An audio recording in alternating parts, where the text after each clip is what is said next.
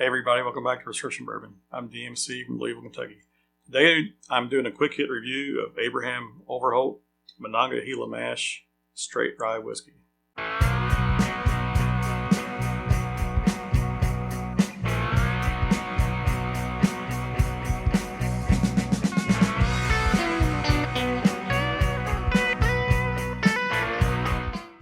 So this is going to be a Fresh Crack Friday episode, and pop this bottle for the first time. Get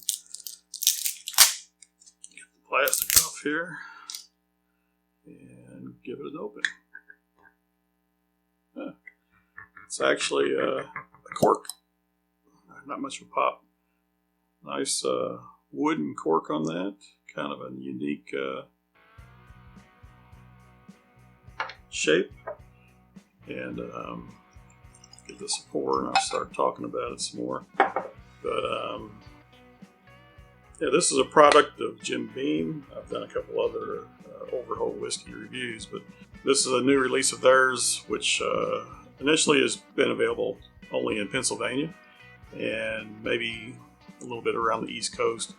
But in a few weeks, on April 10th, this is supposed to be released nationwide, I believe, so it'll become available across the country. So we'll see about that. This comes in at 95 proof, and it is a Monongahela mash, which the old Overholts that they've been selling have been a Kentucky mash, fairly legal rye, 51% rye, and then corn and barley. This Monongahela mash is 80% rye and 20% malted barley, and the grains, the rye grains that go into this are locally sourced from the Monongahela region of Pennsylvania. So it goes back to its roots. This was, as it says on the bottle, established in 1810. So that's actually the year that Abraham Overholt, this A. Overholt, basically started a business.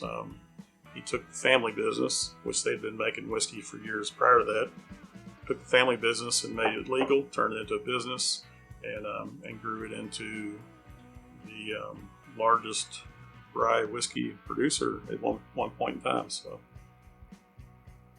this brand, it made it to Prohibition.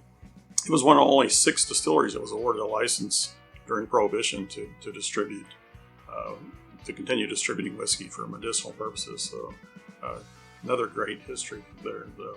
This is considered the oldest brand of whiskey continuously produced in the United States, since 1810. So very, very cool. Unfortunately, after Prohibition ended, and especially after World War II, the rye whiskey demand went downhill quickly. I'm going to say this has a very, very sweet floral nose on this too as I'm talking. Yeah, very, very nice. But, rye whiskey demand went downhill. The brand was sold. Actually, before Prohibition was over, the brand was sold twice. It was sold to a New York grocer and then to National Distillers. And National Distillers kept the brand until 1987. And in 1987, they sold it to Jim Beam, along with Old Crow and Old Grandad.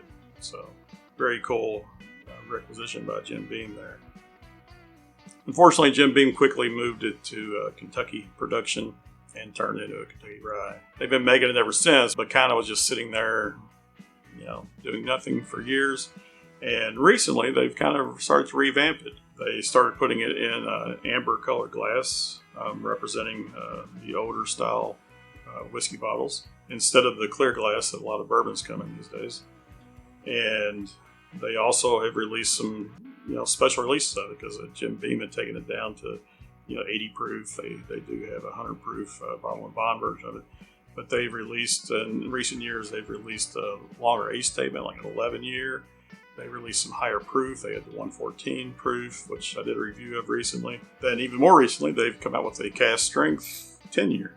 So it's, the highest proof and 10 years old, which, very exciting. Whereas this comes out just 4 years old, but it is non-chill filtered. And as I stated, 95 proof. and 80% rye, 20% malted barley. Yeah, that nose is nice. It's sweet and floral at the same time, and not off-putting floral in any way. It's a very inviting nose. Give it a taste. Cheers.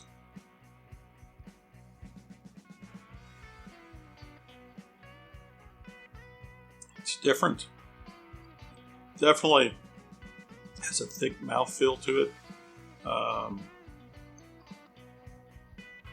There's definitely some sweet on the tongue.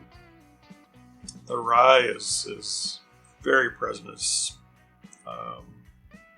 still lingering, but it's all over the tongue, very prickly on the tongue. There was a little warmth that went down, but it's definitely not hot.